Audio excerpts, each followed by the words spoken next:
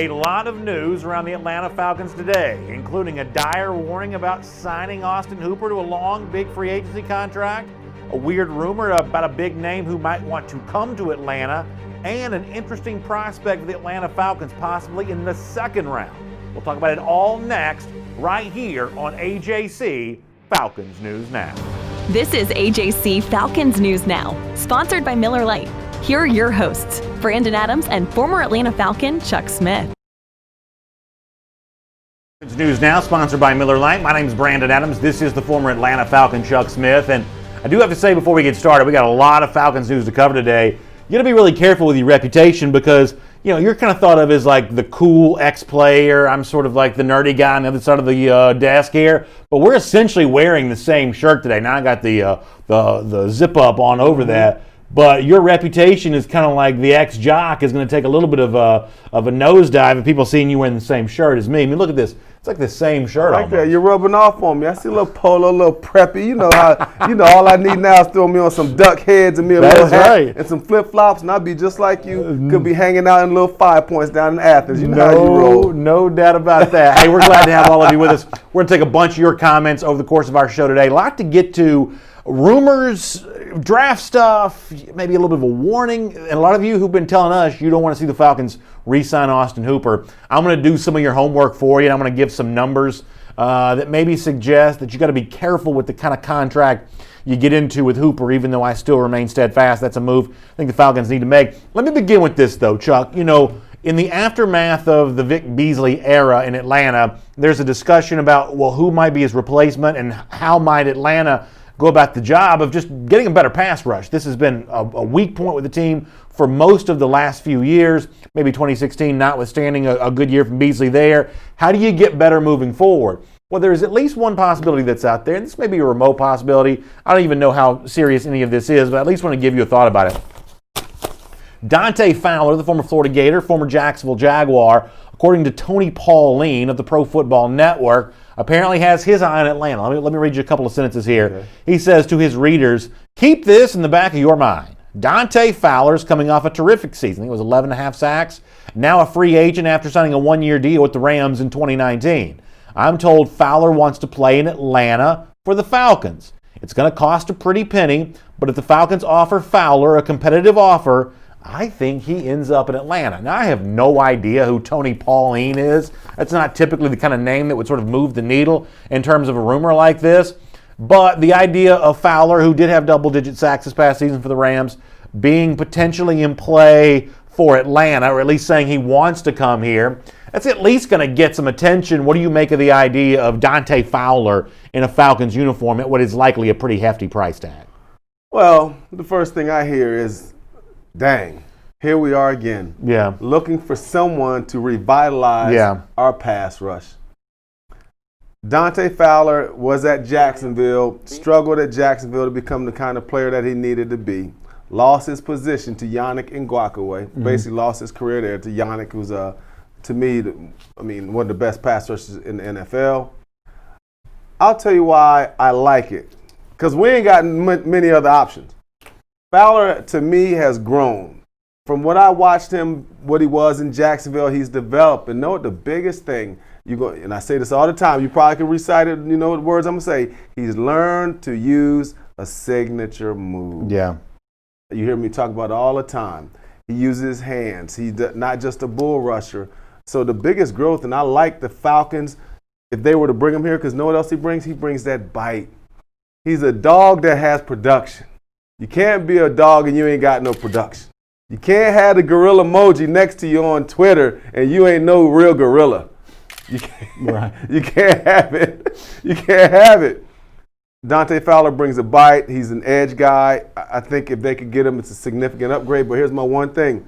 They're now on the other side of the spectrum. Some of the things that happened in Jacksonville. Yeah. He didn't, he didn't exactly, they weren't exactly looking to keep him very long there because there's some other, you don't let top pass rushers go. You don't let superstar pass rushers go. So some of the things that I have heard, unidentified sources, players that I train. Wow. We'll just say that he didn't necessarily get along with everyone there. But again, it was him and Yannick Ngakoue. Clearly, when you lose your job and you blow up, he was always became somewhat of an outcast.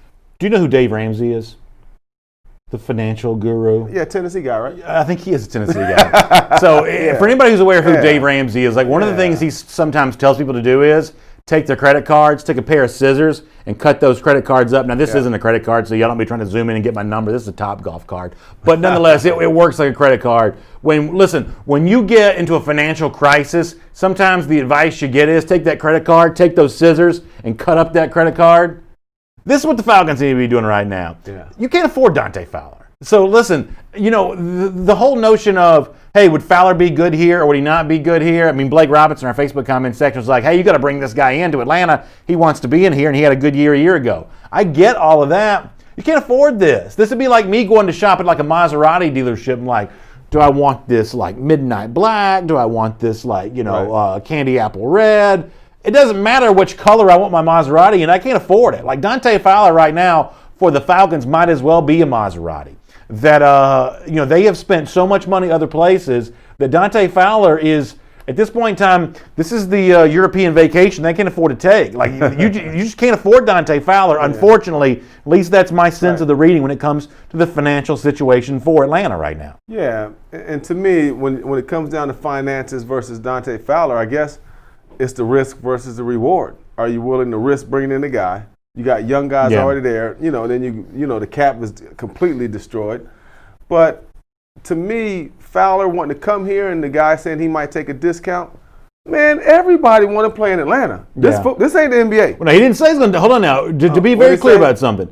He said he wants to come to Atlanta. He didn't say he was willing to take a discount to get here. Okay. Yeah. Okay. Well, let me just make sure. He says if the Falcons offer a competitive offer, I think he ends up in Atlanta. But that means not competitive means just not necessarily the market price.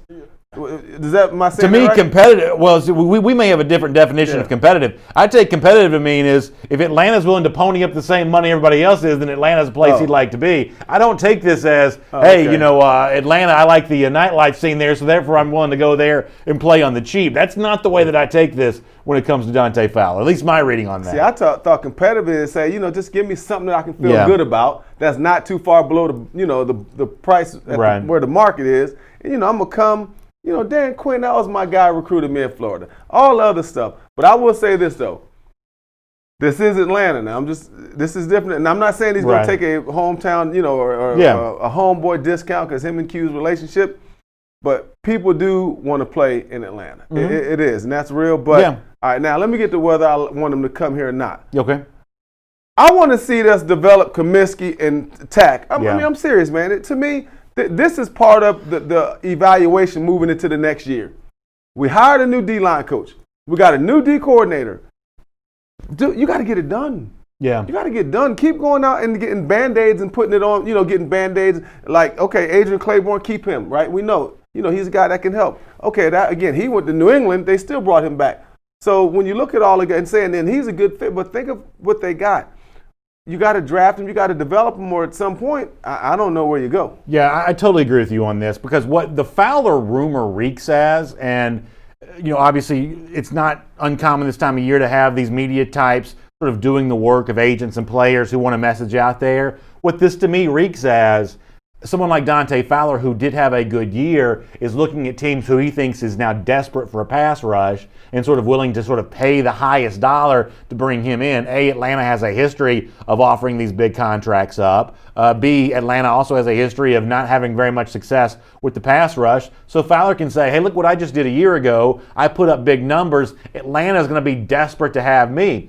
So the main reason I agree with you that you got to coach up Tack, you got to coach up, Comiskey, you got to coach up these guys you have is so for the next round of free agency, maybe next year, you don't reek of quite so much desperation where these guys who feel like they have got hand in a negotiation are looking at you and saying, watch how much money I'm about to shake out of the Falcons because of they don't have anybody that can rush the passer. That's why you got to develop the guys that you have so that you can be a better player on the free agency market a year from now with a little bit more negotiation leverage. Yeah, and look at it. So you're right.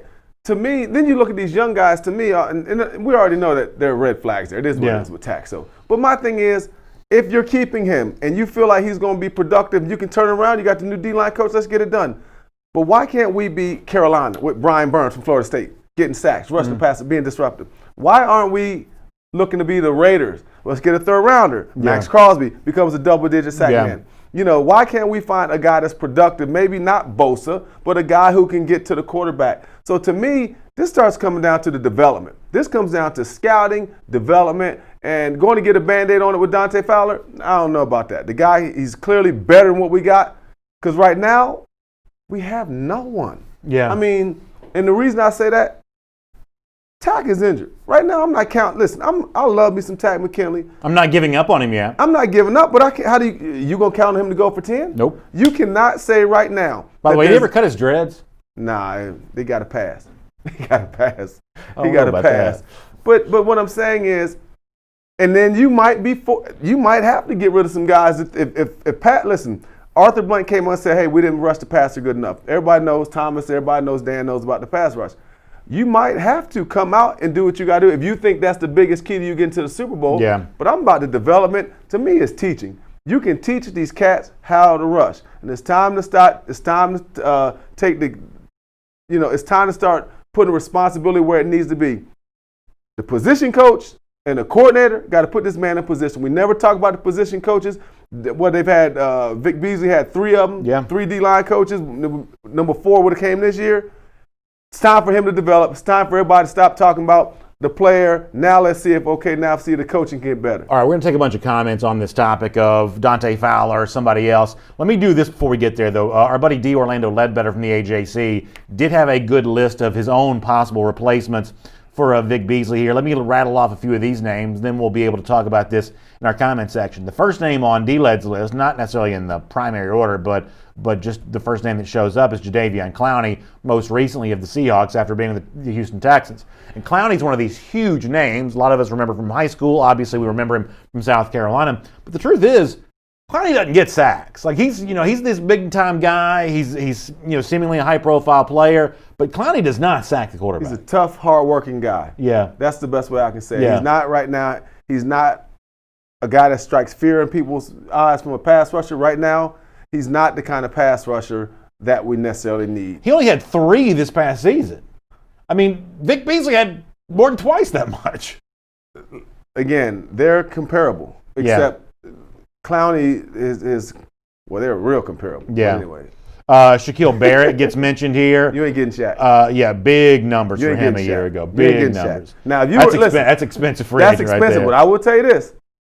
Remember, he was at Denver. He didn't play a lot. Now, Shaq Barrett, I would pay him. He's worth the $17 to $20 million a year. I mean, I don't know. I'm not getting in the cap. But let me tell you what I do know about Shaq Barrett. He's the kind of guy that fits in your clubhouse. That's a good dude. That's good. Who's hardworking. He's everything you look for in a player. And if the Falcons had to get close to the cap or spend a lot of money up in this pass rusher, he's worth every penny. That's good to hear. All right, now we get to some draft names. He mentions Chase Young. I mean, obviously, I feel the same way about Young. I feel about Dante Fowler. If you wanted Chase Young, then you had no business beating the Carolina Panthers. You had no business taking a pick 6 back against Tampa the final week of the season. A lot of these wins that everybody was shaking. Again. I'm just saying, a lot of the wins that people were shaking pom-poms over back in like November and December, that puts you out of the Chase Young conversation. I don't even think Atlanta's got enough to even trade up for him, and they got too many holes to fill as it is. And I think the D-Led would probably agree with that if he was sitting here too. Young is a crazy talent. You just can't afford him. You can't afford the draft capital. I'll give you credit. You did say that about week 6. Yeah. About week 5. He was like, well, you know what? It's time to start tanking. Was it tanking for Lincoln? Yeah. And then it's also, fall on your face for Chase. Fall on your face and then Chase. So, but every week, the guys kept fighting. They did. They showed a lot of fight. And Vic Beasley was the one leading the way with that fight. He's had 8 sacks. A lot of that came in the second half. They ran him out of town, which probably was the right decision, but you know what I'm saying. Then we get to 2 more draft names. We'll talk more about Clavin Chesson from LSU coming up and AJ Epinesa from Iowa. So that's how our buddy D-Led says Falcons might fill that Vic Beasley opening. We'll give some folks a chance to talk about that. Arlen Cole says, to you, Chuck, should the Falcons go after a defensive end and a defensive tackle in the first 2 rounds? What are your thoughts on that? I want to go for defensive end. I want an edge guy, a guy that can rush off the edge. I would like that, and I'd find the best available D tackle. But I want him to go edge, and within our first 2 picks, I want to go for edge. But what if it's AJ Epinesa? He's a big guy, 6'6", he's 280 pounds, a lot bigger. D-Led says than Vic Beasley, of course, but he's also not explosive to me. I mean, it's like, I know our audience. I know how we have the conversation. That's a position that Atlanta needs. But if we're doing the show on Friday, the day after taking AJ Epinesa with the 16th pick on that Thursday night, I mean, people are not going to be losing their minds about that. It's not going to be universal, like popping champagne corks in the comment section. It's just not. No, it's not. Listen, there are going to be dudes late in this draft that, in the third, fourth round, guys that can really get after it. You know what I mean? Like, I'm going to tell you, like, Kenny Willick is from Michigan State. Tough kid, but defensive end, edge guy that's going to go probably, I'm figuring, the third, maybe fourth round. There's several guys, man, I can name. He just popped off the top of my head. But look. Yeah. I don't like this 6'6", 285, and this is what I don't like hearing for our particular team. He's a good edge guy that can move inside. I don't want to hear that. Yeah. That means he doesn't necessarily have that burning edge speed to be in on third down. Yeah, that's not what Chase Young is. Chase Young is a game record from the word go, always off the edge. Exactly, and that's what I think we need. I think we need that. Another guy who comes out, maybe he'll be in the second round, been nicked up a little bit, Terrell Lewis from Alabama. Edge guy, basically Montez Sweat, he's Montez Sweat, but he had injuries. Montez had no injuries. So Terrell, at Bama didn't play. What I mean? So there are several guys. I mean, I can just name those guys that are going to be in that third, fourth round. Terrell probably be in, second, third round. But what I'm saying is, get those. There's so many guys in this draft. You don't necessarily have to go at 16 to get a guy that, that the value might not be there. You get one, I can tell you right now. You get Terrell Lewis in the third round. If you can hope he falls, it's a steal. Yeah. It's a steal. By the way, Ben Lee says, any thoughts on Javon Kinlaw out of South Carolina? That's a name that I feel like, I don't think he's there at 16, but if somehow it were to work out where you could draft him at 16, my guess is Falcons fans that night, Friday, lots of high fives, lots of excitement. That's the kind of player that Atlanta obviously has a need for. Maybe not quite as much as the edge rusher, but I think the presence of a guy like Kinlaw makes it easier to rush off the edge. That's the kind of guy that Falcons fans would really be celebrating. And one of the things you're always going to hear about him is he's raw, right? Kinlaw is raw. Listen, if there's a defense that's built for a guy that's raw, it's Atlanta. Yeah. All right? Q and those guys, they went back to their base 4-3, and all they do is you pin your ears back and you get off. So Kinlaw fit perfect in this defense, right? So it doesn't take a guy that's, I'm just saying, technically sound, but he'd be great. But I'm going to tell you why Kinlaw, I'm going to tell you what's going to even make him, he might be in the top 8, and let me tell you why. When you see this dude, this kind of specimen, this absolute alien monster, just different kind of built, swole, diesel dude, there are a lot of guys that come along. There are guys that come along that look good, but this guy is absolutely chiseled, man. He is chiseled, he is diesel, he is big. And when they see him at the combine and he's going to run fast, from I'm hearing he's going to run 4.7, somewhere in there, he's 3 something. Just the eye test is going to get him. Then you watch him on film, it's going to carry a lot of weight. Especially if you go watch that Georgia. Man, Georgia fans, they're so sick of Javon Kinlaw. Javon Kinlaw was out there playing by himself, it seemed like. But the week after that, I watched him. He didn't do much. Well, he had a good game against Georgia. But here's the thing about a guy like Kinlaw in Atlanta. Atlanta is built like a lot of defenses are because there's so much spread in the NFL now. NFL offenses a lot of times look like some of the stuff you see on Friday nights, high school. Certainly a lot of what you see on Saturdays. There's so much spread. There's so much space tackling that you end up getting a lot of smaller guys at the linebacker position, smaller guys sometimes at the safety positions. And what happens with a lot of those smaller guys is when a team wants to line up and run the ball on you, San Francisco does this, Minnesota does this.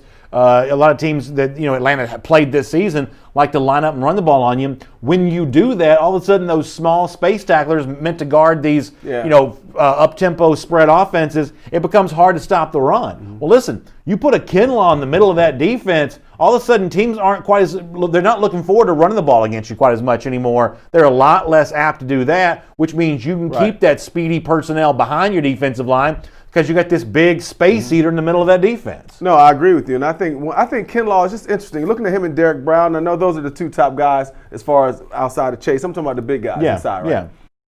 When you look at Derek Brown and you look at Kinlaw, they're 2 different kind of guys. Kinlaw, really super explosive, quick twitch off the ball. Derek Brown, to me, is going to the NFL. I don't project him to be as good a pass rusher as, say, Kinlaw. Yeah. To me, the comparison of Derek Brown, he's Quinn Williams. He is literally Quinn Williams 2.0 with a few more pounds. So in New York, Quinn Williams has some challenges in making adjustments when it comes to pass rush, right?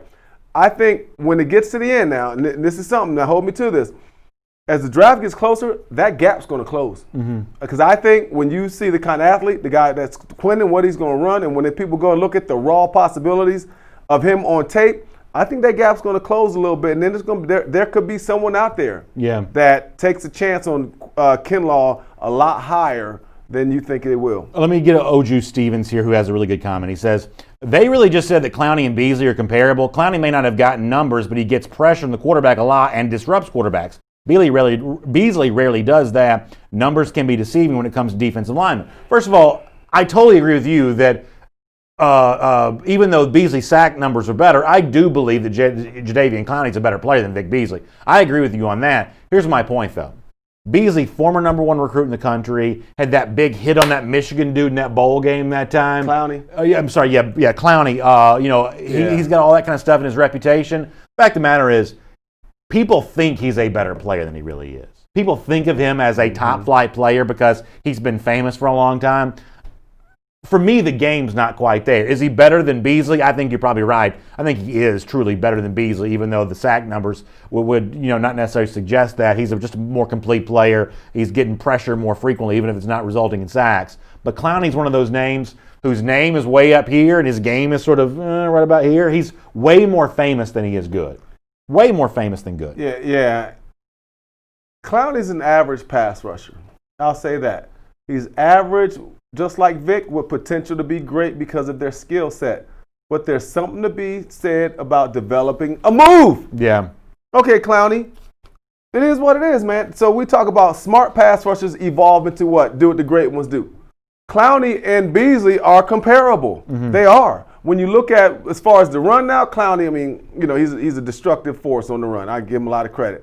But as far as their potential and as far as their expectations, they're the same guy. Yeah. You know what I'm saying? One like Vic Beasley went in like second round. Yeah. He was a top 10. So they are comparable. They've underachieved when you look at their skill set. So when you look at the market for them, Clowney, he's going to get probably $20 million. But look what he did last year in Seattle, right? So he had, one big game. But I like Clowney. I like Vic. Same guys. Y'all both need to work on y'all skills. Same as Clowney. Right. I'm very close to the situation. Yeah. Very close. He needs to work on his skills. That's certainly very fair. Antonio Sparks says he thinks the Falcons are done in free agency unless you have a guy that just doesn't mind playing in Atlanta for little or nothing. And really, I mean, you can find success by signing some of these guys for very little money. I mean, there are all kinds of stories in the NFL of guys who came to somewhere on a bargain contract ended up working out really well. I mean, am I remembering wrong? Wasn't Bud Dupree one of those guys at one point in time? I mean, a guy that signed somewhere for a little bit of money and ended up going on doing big things? No. I'm thinking about somebody else. Yeah, he was drafted. Yeah. But the point here, though, is that you're gonna be able to find some guys that maybe for inexpensive contracts and come in here and coach those guys up, which goes back to what we said on Monday, where that's the job of Raheem Morris, who's kind of a high-profile addition as defensive coordinator, moving from the offensive side of the ball. Certainly Dan Quinn would make a big deal about him getting his hands on guys. He said he wanted to do that with Vic Beasley. Sign somebody for cheap and coach them up. Take some guys on the roster and coach them up. But D-Lad just talked about a guy who that happened for. Remember, we're talking about Shaq Barrett. Yeah, that's right. Shaq was at Denver. Look, Shaq, you got they brought in Bradley Chubb, right? Shaq had to play behind him, right? Then they had Shane Ray, first rounder out of Missouri. Yep, he played behind him, so he waited his turn. So Tampa takes a chance on him. He gets an average deal, I'm sure, just a basic deal. And now he blows up, and now look what happens. Now he has a market out there for himself. But you got to find, you're right, I know what you're saying. You got to do what the Rams did. That's right. The guy we're talking about, Dante Fowler. You got to do what the Rams did. That's right. They get him from Jacksonville. They coach him up. They put him in better position. Now look, Dante Fowler goes from in Jacksonville, people called him a bust, thinking, would he ever be any good? He gets to a team, they refurbish him. Talking about the Rams, and now he's back on the market. So what we're talking about is what actually Fowler did to get put in this position. Point. That's a really good point. Highly Doubted on YouTube says drafting a great defensive lineman and a game-changing running back will change everything for the Falcons. We're going to get to running backs here in a moment because a couple of those mock drafts that are out there now both have the Falcons looking at a pretty interesting running back name here in the second round. So we'll get to that here in a moment. And then the defensive lineman part of this continues. I've seen other names in the comment section.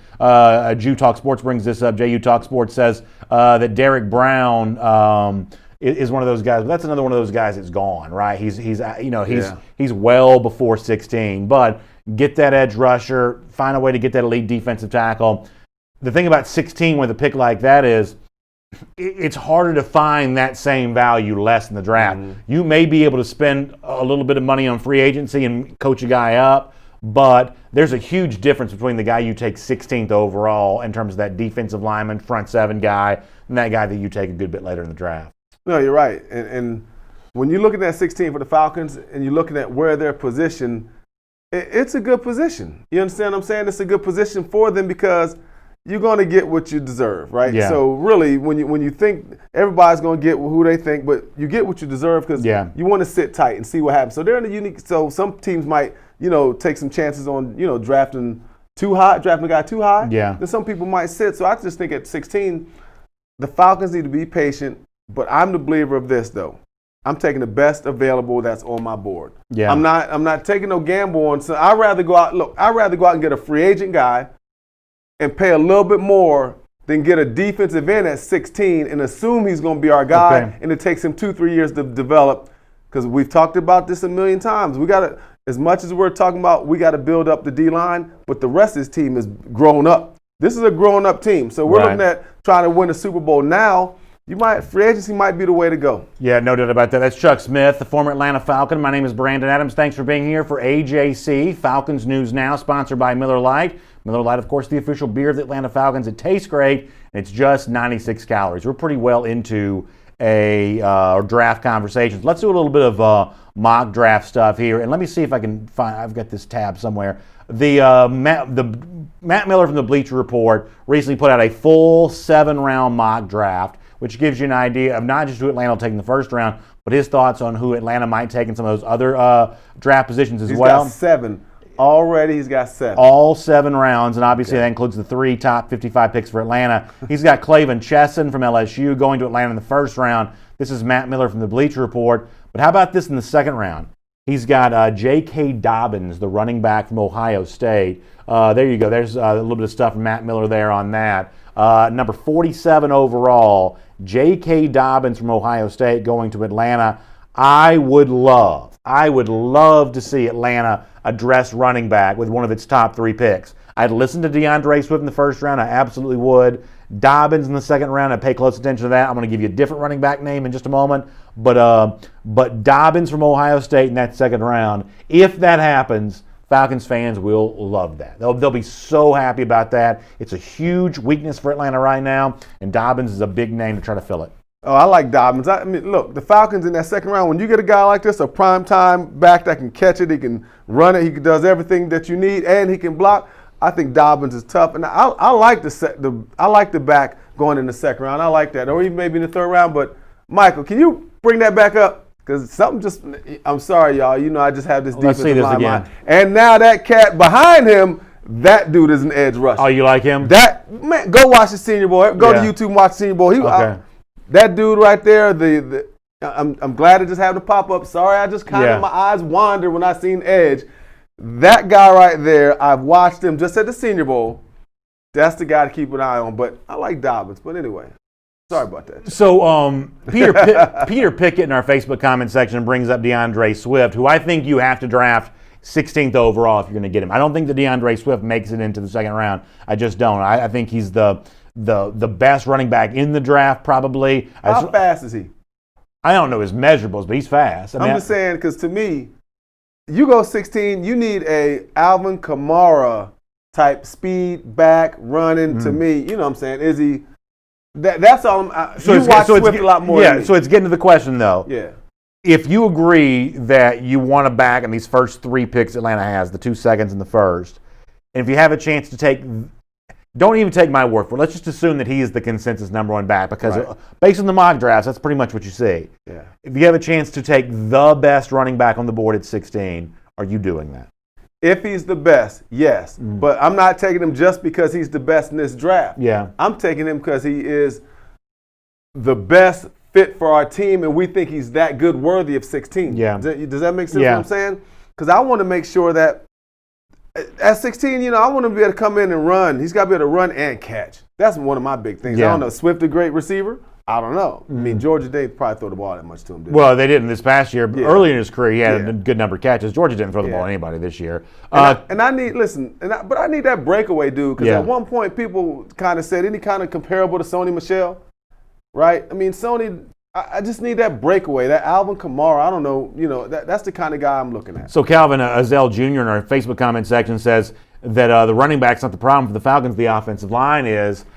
That may be true to a degree, but I mean, at a certain point in time, you just got to call it what it is. I mean, Devontae Freeman, after signing that contract extension that he signed, I mean, he has been a massive disappointment. You can't blame the offensive line for all that. But what was that?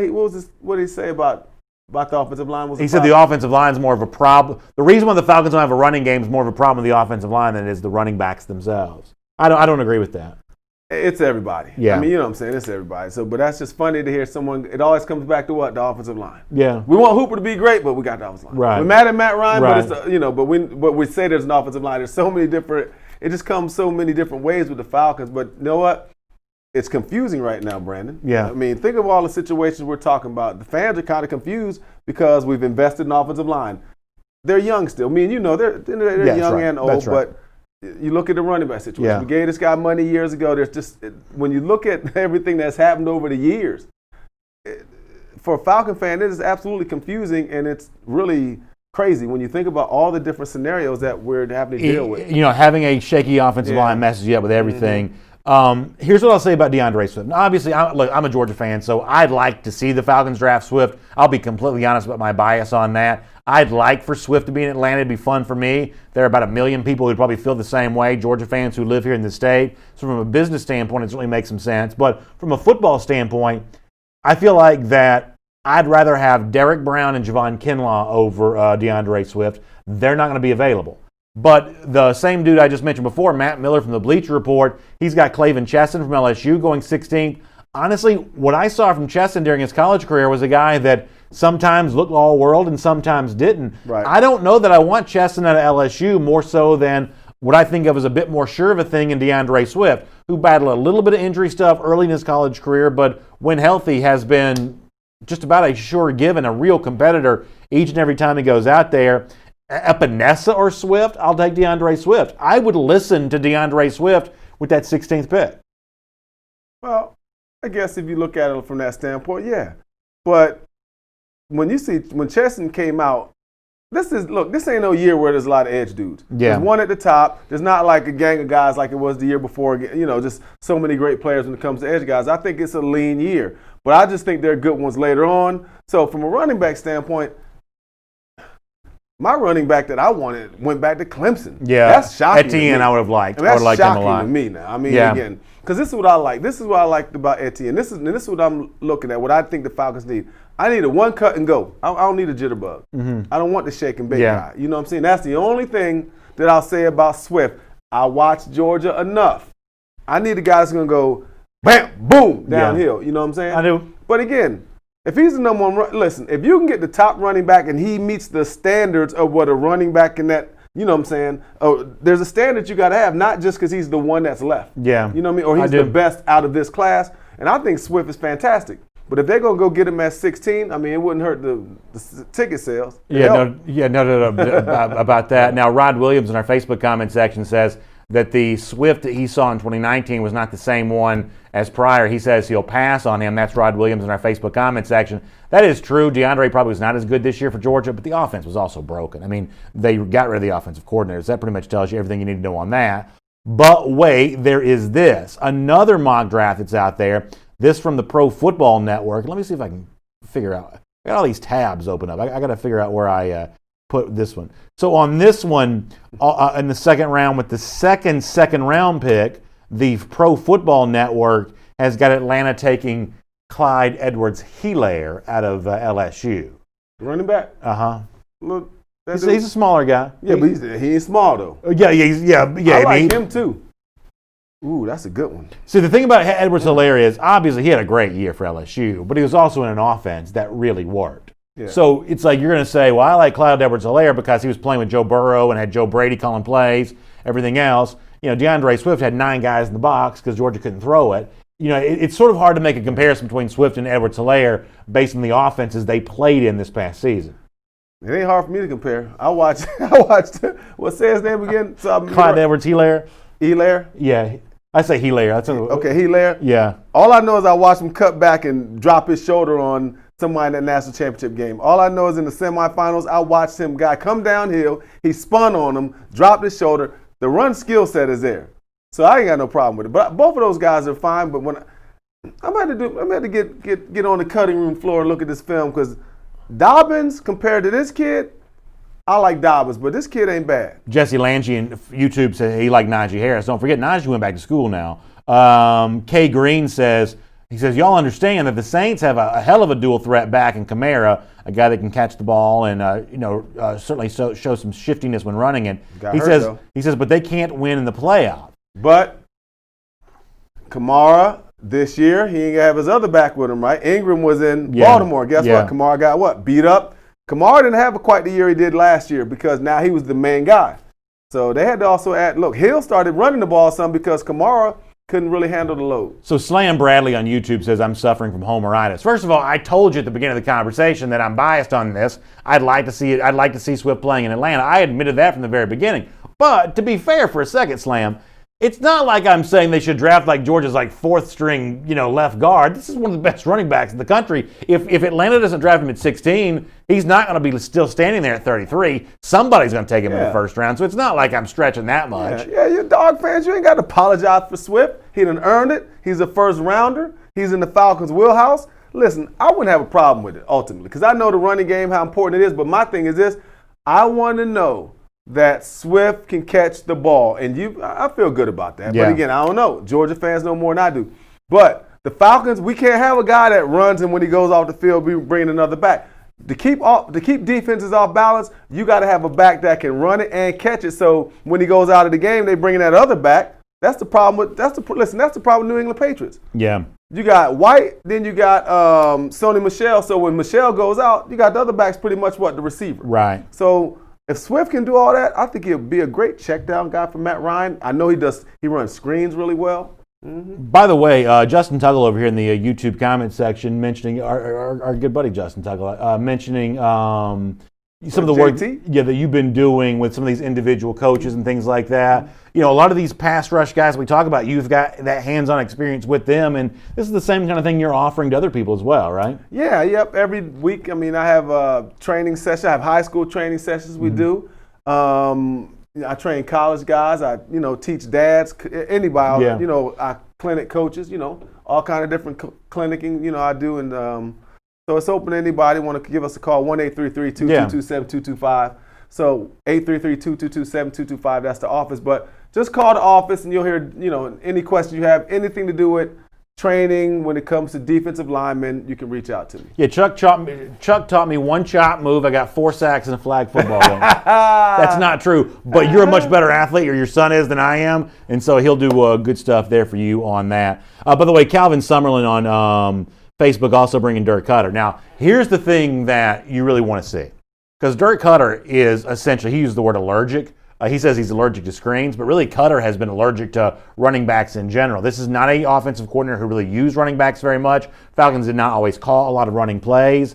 This is one of those deals where, of all the moves Atlanta could have made, the decision to maybe do a different kind of offensive coordinator was one I would have most been interested in considering. But I'd love to give Cutter that running back and say, here's a guy, now you have to use him. But it is fair to wonder, how much does Dirk Cutter even really want to use running backs, given how little they used backs a year ago and how ineffective they were when they even tried to do that? I think you got to use him. Yeah. I think he's number one. When they drafted those 2 big young offensive linemen, Lindstrom and Gary, I think they basically said, we got to run the ball. To help Matt Ryan, who's great with play action pass, you got to be able to run the ball. So I think Dirk Cutter, I think you got to add that in there. You got to have that balance, because think about the Super Bowl. Kansas City kept San Francisco off balance. They kept running. They weren't necessarily hitting the big ones, but in the end they did. San Fran got there by running the ball. You can run the ball and have success. It starts with you got the offensive line. Now you got this running back in there. And let me tell you what I think a running back like this would do. it'll add a good fusion of energy. The Falcons offense, one thing we need is that energy. You know what I mean? You get a back out there, say if it's a guy like a Swift or any of those guys. All of a sudden, you give him that ball, he's like, boom, boom, boom, takes it to the house, big plays. The Falcons never had many 20-plus plays from the running back position this year. They need to get more explosive plays. But Dirk Cutter, I think he'd be forced to do it, or they're going to have to get rid of him. By the way, somebody asked the question about Jonathan Taylor. I'm looking for the name. I was going to give the shout out to the person who mentioned the comment. I don't see it now, but Walter Football, which take that with a grain of salt, I guess, if you want to. They have him as the number 2 running back. They have Swift as the top back. They have Jonathan Taylor as the second back. My only problem with Taylor, who is a good player, man, Wisconsin runs those backs into the ground, man. It's like buying a, used car with 300,000 miles on it. Wisconsin puts those backs into the ground. Derrick Henry 2.0. Yeah, but Henry got used a bunch in Alabama this last year, but he didn't get used on his career as much as these Wisconsin backs did. But he's been used the last couple of years. Yeah.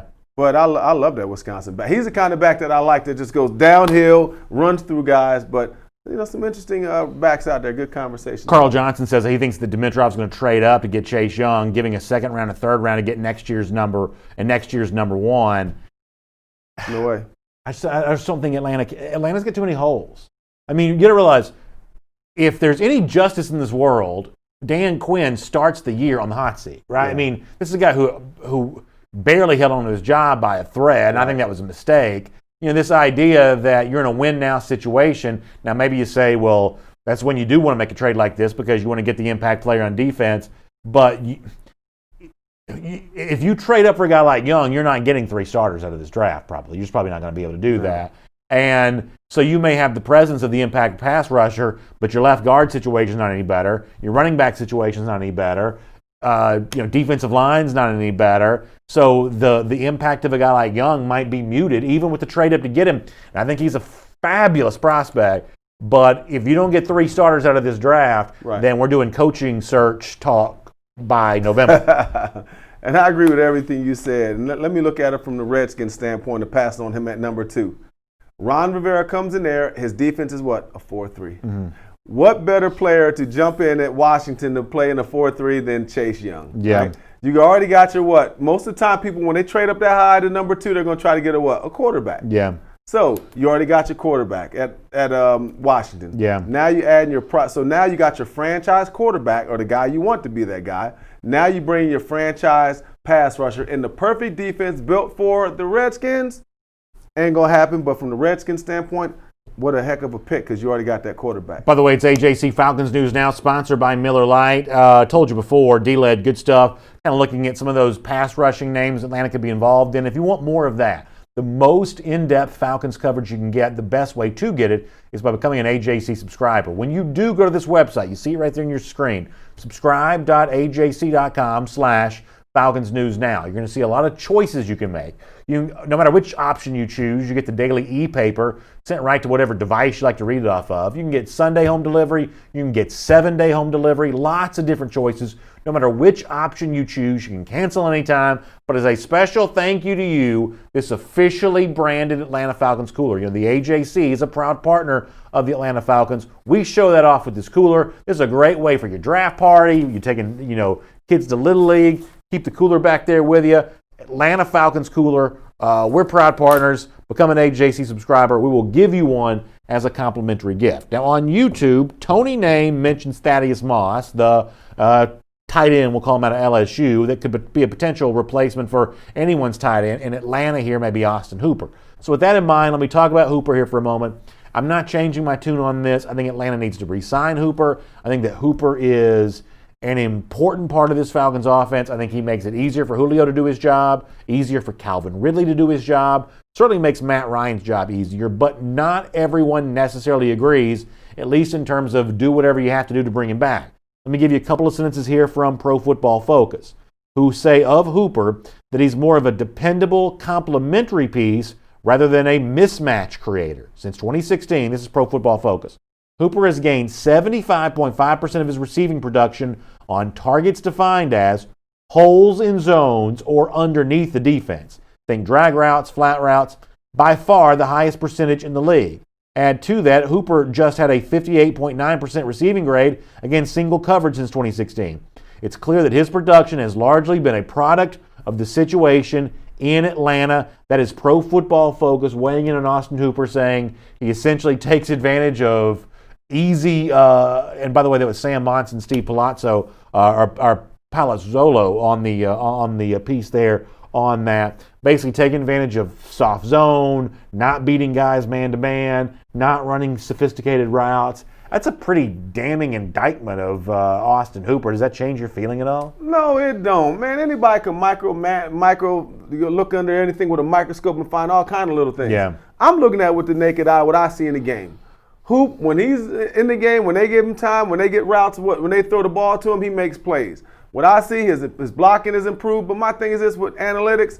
Listen, analytics will take you down a road that you don't think that's really there. That's what they can. Listen, analytics are there to break down what you don't do, not what you do. Yeah. Now, they have him as the number 37 free agent available, by the way. Number 37.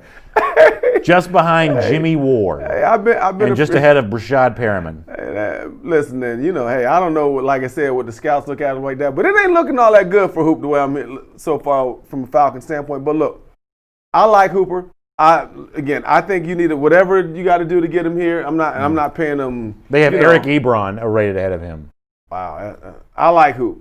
Again, I'm not the capologist, but I will say this: the guy's a baller. He enhances the Falcons' offense, and that's what I feel about him. Yeah, I mean, my thing on this is, I think Atlanta is dangerously close to having no identity whatsoever. It's just a little bit of this and a little bit of that, and just sort of a hodgepodge thrown together approach towards trying to get back in the playoffs. When really, 2016 is screaming at you what Atlanta needs to do. Atlanta that year scored 34 points a game. Y'all check the math on me. I believe that's right. 34 points a game. I think they only win 11-5, which means they're outscoring a bunch of teams. You got teams scoring against them. Atlanta's scoring a bunch of points, and that's how you did that. You had a big sack year from Beasley, no doubt about that. But offense led Atlanta to the Super Bowl. If Atlanta's going to get back there anytime soon, it's going to be the same thing. Offense is going to lead you there. It's not going to be a little bit of this and a little bit of that. You got to be in an identity. You got to be, Matt Ryan's still among the franchise quarterbacks in this league. Julio Jones is still he may be the very best receiver in this league. Calvin Ridley, I believe, is going to break out in a big way this upcoming season. Go ahead and round all of that out. Draft your running back, re-sign your tight end, and go wreck the league by scoring 30-something points a game. Right. That's the closest thing you have to creating an identity. If you don't have an identity, you're going to be doing just like you did this January, watching the playoffs next year, if you can't create that identity for yourself.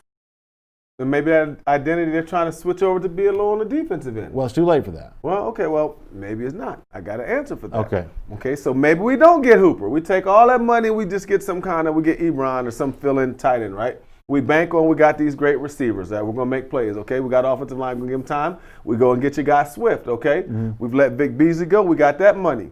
Now, when we're talking about bringing in, we've talked about college guys. We've talked about, NFL guys from a free agency standpoint. Let me tell you the guy that the Falcons need to go all in if they're going to shake money around. A guy right now that comes in and changes the defense, takes them to a whole nother level. All right. Yannick Ngakoue from Jacksonville. It came up in our comment section earlier. Yannick Ngakoue is a surefire, dominant pass rusher in the NFL. Let me tell you why he needs to leave Jacksonville. Number one, Jacksonville went to a 3-4, right? The P's, I forgot, what's the kid's name out of Kentucky? I'm not throwing you under the bus. Outside linebacker went first round. Somebody hit us up with that. Yannick ended up biting one, having to take one for the team. He has to stand up and be in a 3-4. Yannick Ngakoue is worth the $20 million a year that you got to sacrifice now, that you got to put out there that would instantly, this dude as an edge rusher is so good, it would help Grady Jarrett take his game to another level. I'm just telling you, attacking him could just be roll guys then, because this guy going to get there if you let him rush out of a four-man front. I love Yannick Ngakoue day one, and if the Falcons can get him, again, now are they going to have two $15 million defensive linemen on the same line? Right. I doubt it. But if he gets on that open market, watch I tell you, Yannick going to be gone so fast, and he's going to get $21 million a year. Marcus Jackson, by the way, says the offense is not going to do anything if they don't address left guard. Well, the good news about that, Marcus, is, and I realize that there's only so much dollars to throw around and only so many draft picks, but Marcus, to your point, we talked about what Arthur Blank said recently on Monday's show. Blank addressed left guard right from the very beginning. So it sounds like Marcus Jackson, our Facebook comment section, and Falcons owner Arthur Blank are on a pretty similar page here in terms of, that maybe you really do still have to address this left guard situation, even though they brought in like 57 guys to try to compete for that job. That's dead. That's dead, man. We can't be worrying about left guard. They need to work as a unit, figure it out. You already got an all-pro center. You got a first-round guard and tackle. Matter of fact, you got 2 tackles that was first round. It's time to start again. Let's go. Let's get the schemes right. Yeah. Okay, let's figure the schemes out. Because guards shouldn't be one-on-one against nobody. So Aaron Donald going off on the Falcons, there should have never been a time where Aaron Donald was locked up on the guard one-on-one. Yeah. But there was times he was. Figure it out. Some of this has to do with scheme. So one position, I'm going to just tell you right here, one position is not the reason why the Falcons' offensive line is struggling. An offensive line is a cohesive unit that has to work as one. 5 guys working as one. One guy, I can just tell you this, one guy is not killing the offensive line. Because let's be real. It wasn't like Jake Matthews exactly was batting 1,000 last year. It wasn't exactly like, it's not calling Jake out. And I think it's well documented. Even the head coach talked about it. There were challenges on that offensive line across the board. So for everybody to keep falling back to left guard. But then we even know McGarry was a young buck. Mm-hmm. We know that those guys had some challenges. Does that make sense? So to me, man, listen, I ain't drafting no more O-line. Coach up the guys we got there. We got free agents. It's time to move on from the O-line. We got to figure out the running back, the D-line, and we ain't even talked about cornerback. Yeah, that's a good point. By the way, Sensei, Georgia Board 17, reminding us Josh Allen, the big pass rusher from Kentucky. Yeah. That Kentucky defense in 2018 was good. Yeah, that was a good Kentucky defense. He's a beast. He got 10 sacks. How about that? Yeah. Rookie. It's good stuff. So it is possible. It is possible to go out and find somebody that comes in and gets double-digit sacks. Yep, that can be done. Atlanta makes it look hard sometimes, man. They make it look hard. It's AJC Falcons News Now, sponsored by Miller Lite, the official beer of the Atlanta Falcons. Of course, it tastes great. It's just 96 calories, and it is a great choice. Watching XFL this weekend? You get to get together, watch a little XFL or whatever you're watching this weekend.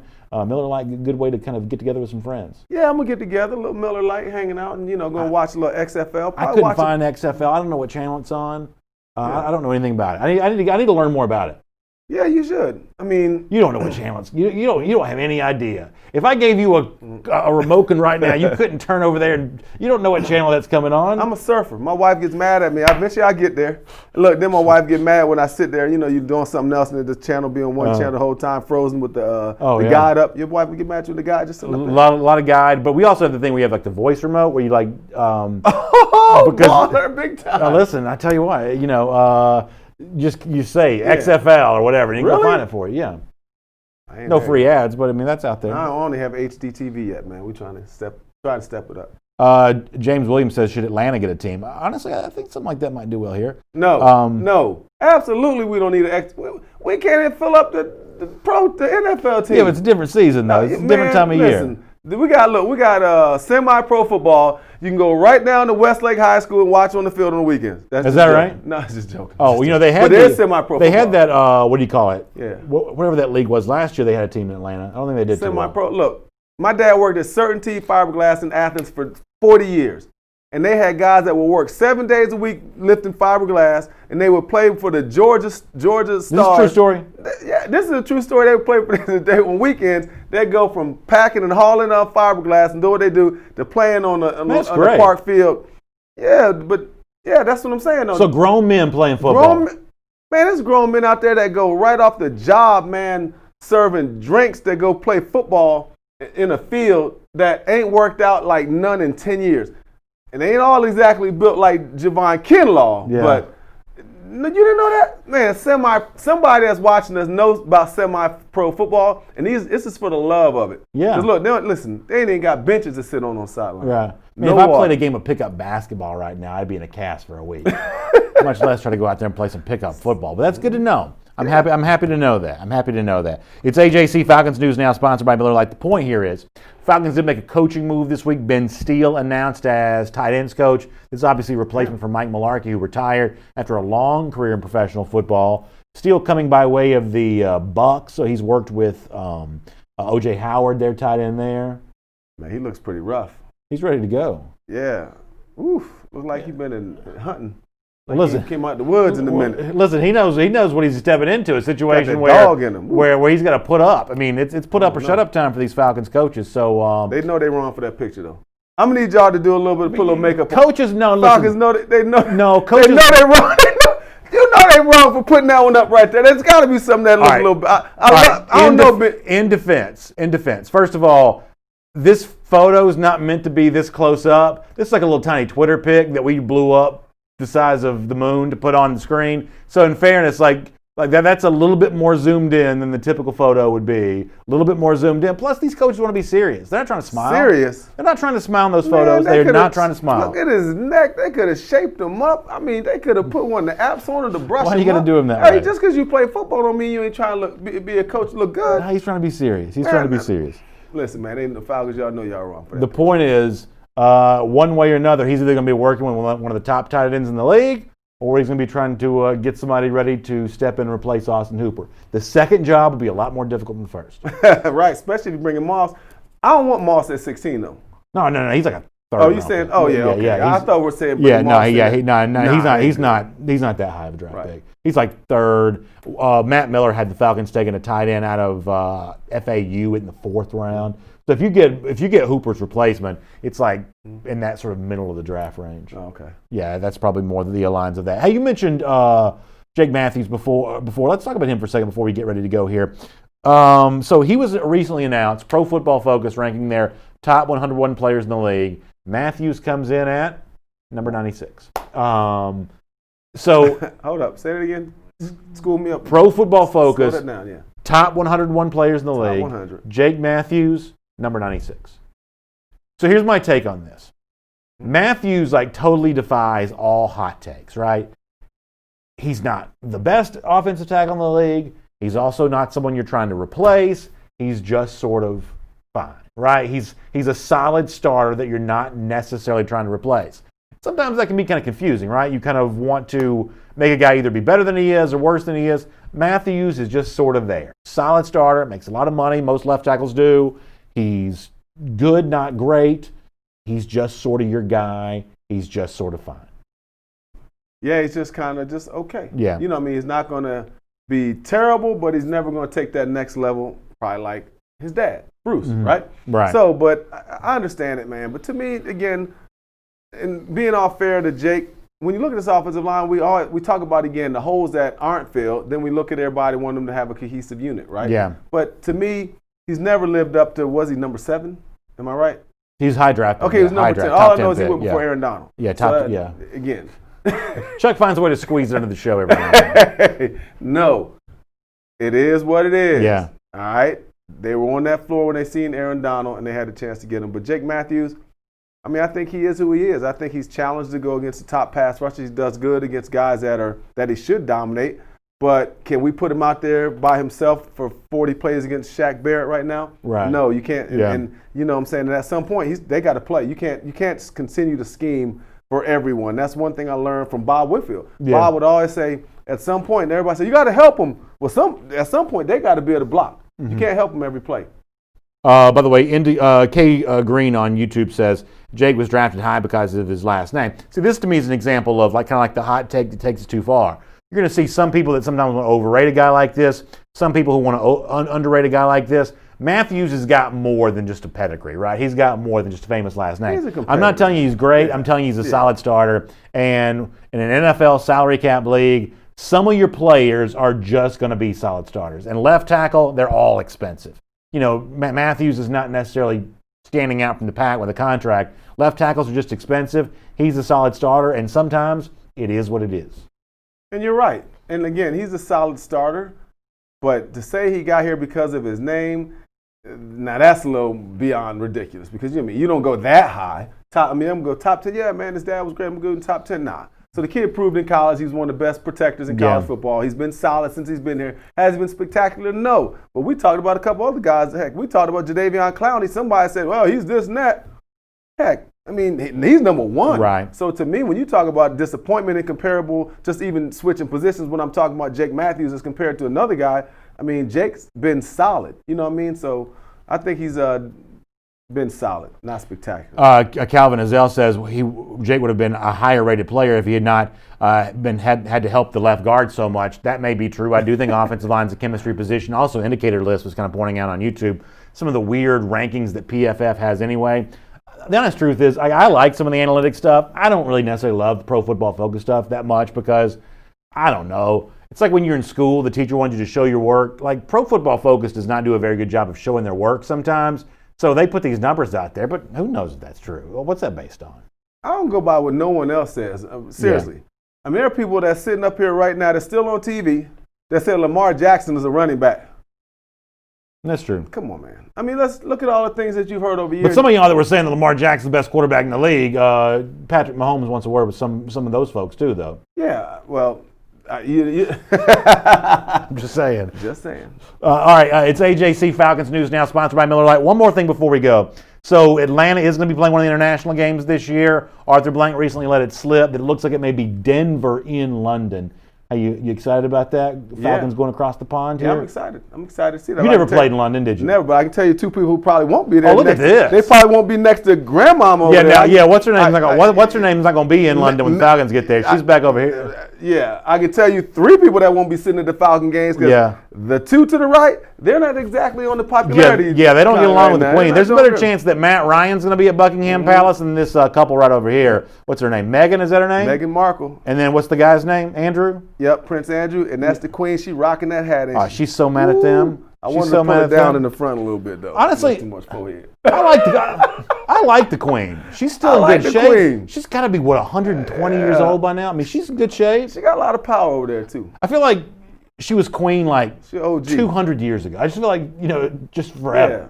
Good for her, man. I got to figure out what she's got going on. Good for Meghan and the Prince, too. Yeah, listen, no doubt about that. All right, speaking of the Prince, Chuck's got to get out of here. We're going to let him go. Thanks so much for being here on AJC Falcons News Now, sponsored by Miller Lite. Y'all enjoy the XFL this weekend. Y'all come back and tell us what you thought about that. We'll have more draft stuff on Monday, more free agency. Honestly, it's a really fun time of year because Atlanta, the byproduct of having a lot of needs is it creates a lot of conversations about how you might fill them. So it's actually a really fun time to be a Falcons fan. So we'll look forward to talking to you about that back here on Monday, 1 p.m. Eastern time for AJC Falcons News Now, sponsored by Miller Lite. We'll talk to you then, everybody.